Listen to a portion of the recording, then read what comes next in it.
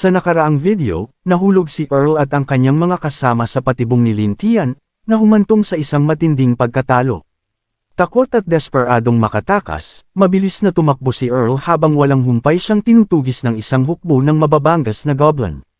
Habang tumatakbo sa gitna ng takot at pagkabalisa, hinanap ng kanyang mga mata ang kahit anong pag-asa, at sa di kalayuan, isang figure ang lumitaw. Walang pag-aalinlangan, sumigaw si Earl, Goblin Slayer. Pakiusap, iligtas mo ako. Nagmamakaawa ako. Kahit na hindi sila magkaalyado, mayroon silang isang magkasanib na layunin, ang lipulin ng mga goblin. Para kay Goblin Slayer, ang pagpatay sa mga goblin na humahabol kay Earl ay hindi hamon. Sa isang iglap, sumugod siya. Sa loob lamang ng ilang segundo, nagkalat sa lupa ang mga bangkay ng goblin. Si Earl, na parang muling nabigyan ng pagkakataong mabuhay, paulit-ulit na yumuko sa pasasalamat. Salamat, maraming salamat, utang ko sa iyo ang buhay ko. Pangako, babayaran kita pagbalik ko sa lungsod. Ngunit hindi man lang siya tinapunan ng tingin ni Goblin Slayer. Sa halip, isang malamig at matalim na titig ang ibinigay niya rito bago nagsalita. Huwag kang lumapit sa akin. Lumayo ka hanggat kaya mo. At sa sinabi niyang iyon, diretso siyang naglakad patungo sa isang bangin kung saan nagkukumpulan ang mas marami pang goblin. Huwag kang pupunta roon, sigaw ni Earl, halatang nag-aalala. Hindi ito ordinaryong tribo ng goblin. May isang mutated goblin doon. Pero hindi man lang siya pinansin ni Goblin Slayer. Sa halip, tila natuwa pa ito sa sinabi ni Earl. Kung may mutated goblin nga roon, mas mabuti. Sa kanya, mas maraming goblin ang mapapatay. Samantala, sa loob ng bangin, nagkakasiyahan ng mga goblin, ipinagdiriwang ang kanilang tagumpay matapos ang isang matinding labanan. Sa gitna nila, hawak ni Gobushan ang walang malay na katawan ni Gru, itinaas ito sa ere habang umaalingaw-ngaw ang kanyang mabangis na pag-atungal. Ang kanyang pulang mga mata ay puno ng kasakiman habang nakatitig kay Gru, parang isang gutom na lobo na nakakita ng kanyang hapunan. Pero bago pa niya may sigaw ang kanyang balak, biglang lamatay ang matinding sakit sa kanyang likuran. Napalingon siya, pero huli na. Isang matalim na espada ang bumaon sa kanyang katawan. Sa isang iglap, bumagsak si Gobushan, unti-unting nawawala ng malay. Tahimik, napakabilis ng nangyari na natigilan ang lahat ng goblin. Walang ni isa ang nakagalaw. Maging si Lin Tian, na nakamasid mula sa itaas, ay hindi agad naunawaan kung ano ang naganap. Ngunit hindi nagtagal, lumantad na ang salarin. Mula sa anino, lumitaw ang isang figure. Ang mga yabag niya ay umalingaw sa buong bangin. Dahan-dahan siyang lumapit, hindi natinag sa matitinding titig ng mga goblin na ngayoy bamaling lahat sa kanya. Pinagmasdan niya ang bumagsak na si Gobushan bago nagsalita, walang emosyon sa boses. Ikaw ba ang pinuno ng mga goblin dito? Tiningnan niya ito nang may bahagyang pagkadismaya. Sa pangit mong itsura, malabong ikaw ang pinuno. Hindi na nagsayang ng salita si Gobushan. Sa halip, lumakas ang kanyang sigaw, at buong puwersang inutusan ang kanyang mga tauhan, patayin niyo siya. Sa isang iglap, sumugod ang lahat ng goblin. Nang inag ang buong bangin sa kanilang pag-atake, ang kanilang nakakatakot na hiyaw ay lumaganap sa hangin. Pero para kay Goblin Slayer, isang walang saysay na pagtatangka. Malamig siyang bumunot ng espada. At sa loob lamang ng ilang segundo, pinawi niya ang mga goblin na parang ihip ng hangin. Isa-isang, bumagsak ang kanilang mga katawan. Ang lupa ay natakpan ng dugo. Sa pamamagitan lamang ng simpleng mga galaw, nilipol niya ang hukbo ng goblin. Sa itaas, tahimik na pinanood ni Lin Tian ang labanan. Habang lumalaki ang bilang ng mga patay, hindi niya maiwasang magduda. Bakit ganito kalakas ang babaeng ito? Ayon sa system analysis, A-rank lang ang kakayahan niya, pero bakit parang may tinatago siyang kapangyarihan? Maaari ba siyang gumagamit ng magic? Samantala, sa gitna ng labanan, habang patuloy na pinapatay ni Goblin Slayer ang mga goblin, biglang sumabog ang isang nakakabinging sigaw. Si Gobushan, nagbago ang kanyang katawan, isang pulang aura ang bumalot sa kanya. Mula sa kanyang magaspang na balat, tumubo ang mga matatalim na tinek, animoy isang nagngangalit na halimaw. At gamit ang kanyang bagong puwersa, sumugod siya kay Goblin Slayer ng nakakagulat na bilis. Bumangga ang kanyang dambuhalang katawan, tila isang tinikang bundok na walang sinasanto.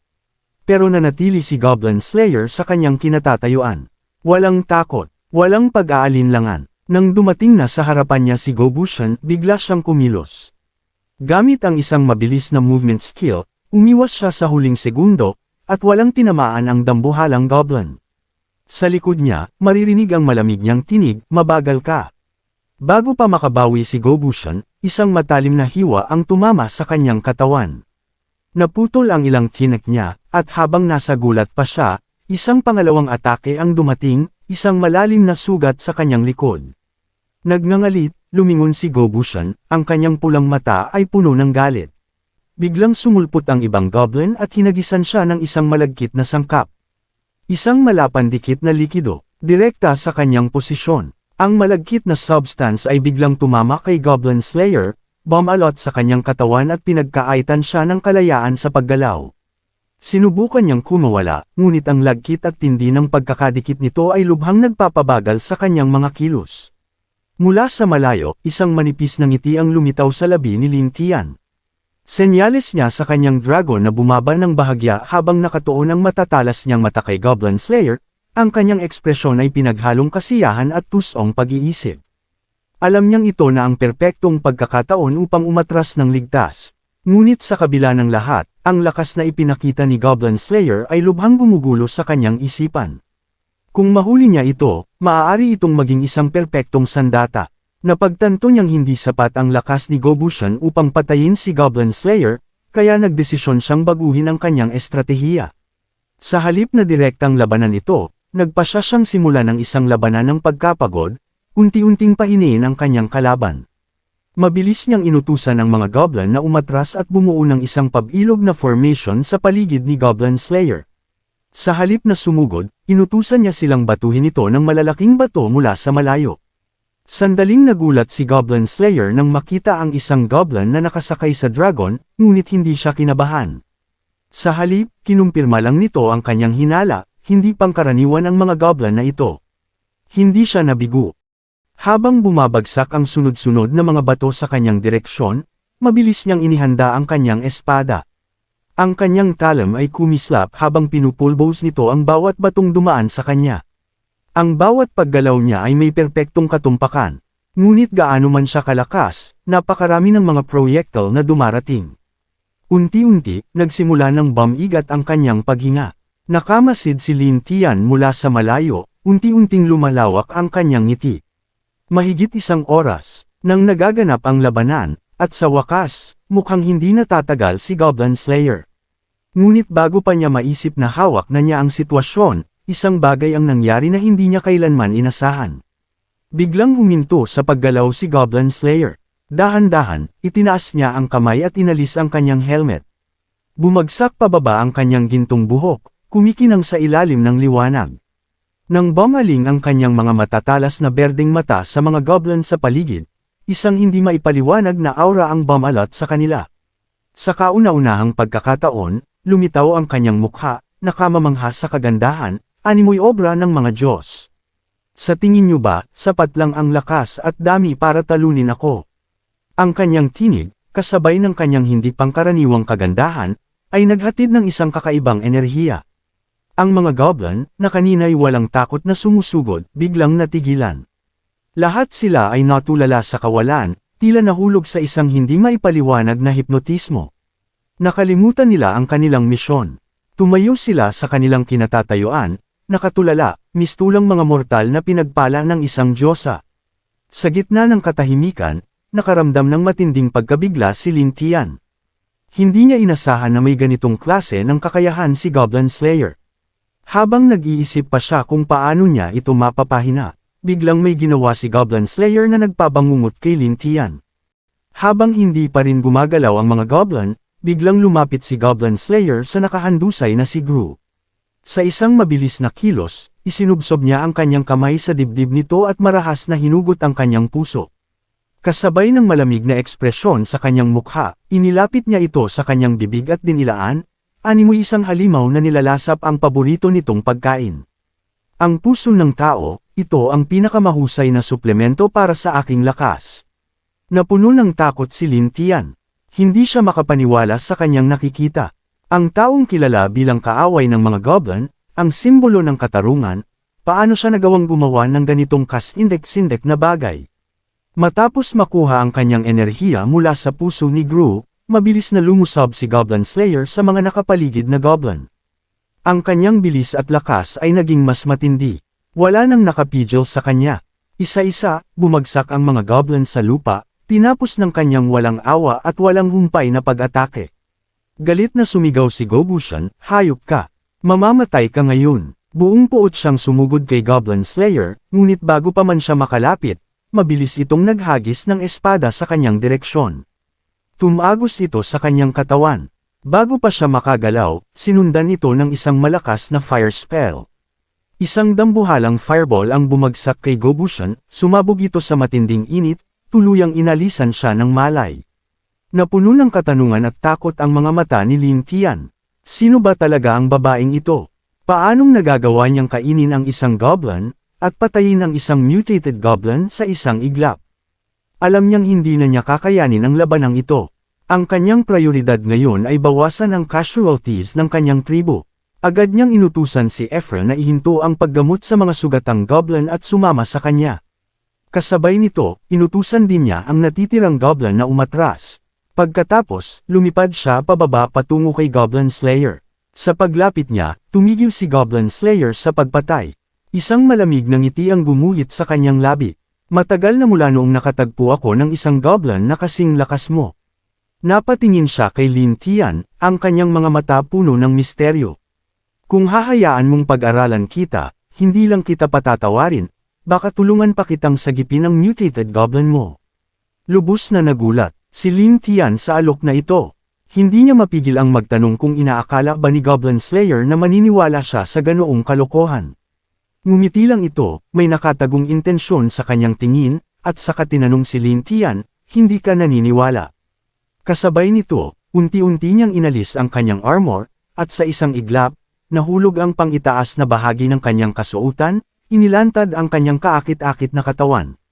Isa itong paraan ng pagpapakita ng mabuting hangarin upang makuha ang tiwala ni Lin Tian. Pinanood siya nito ng may pagdududa, hindi makapaniwalang kaya niyang basta na lang bitawan ang kanyang sandata at depensa. Hindi maitatangging walang laban sa kanya ang tribo ni Lin Tian sa kasalukuyang sitwasyon. Matapos mag-isip, iniutos niyang dahan daw ang bumaba ang kanyang dragon. Mula sa lupa, tinanggal niya ang kanyang balabal at naglakad palapit kay Goblin Slayer, tinatanong kung ano ang gusto nito mula sa kanya. Sa kanyang pagkagulat, napagtanto ni Goblin Slayer na si Lin Tian ay isa lang mababang uri ng goblin, isang bagay na hindi niya inaasahan. Nakadama ng pang-iinsulto si Lin Tian at nag-alab ang kanyang galit. "Tulad ng hiniling mo, nagpakita na ako.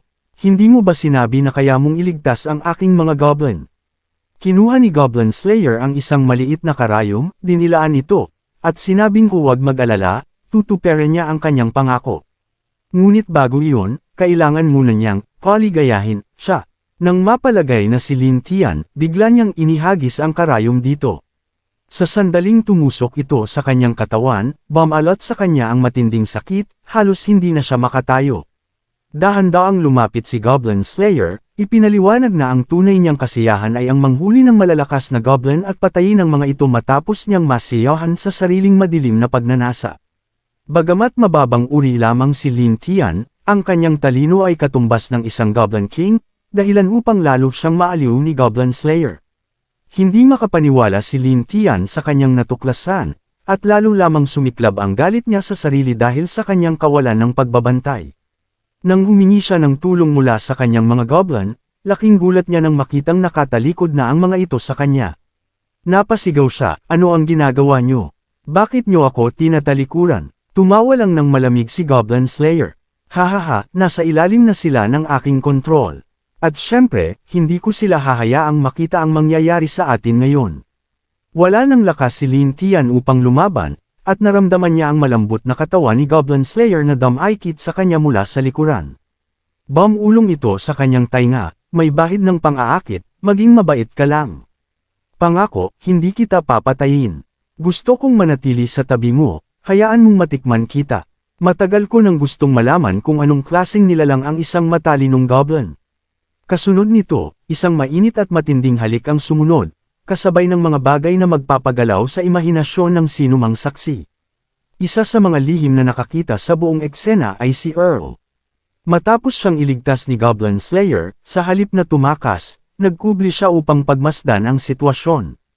Ngunit ang kanyang nakita ay nagdulot sa kanya ng matinding takot at hindi makapaniwalang gulat. Tinakpan niya ang kanyang bibig upang hindi makagawa ng ingay. Hindi lang niya natuklas ang isang babae pala si Goblin Slayer, kundi ang ginagawa nito kay Lin Tian ay mas lalong nagpang-inig sa kanya.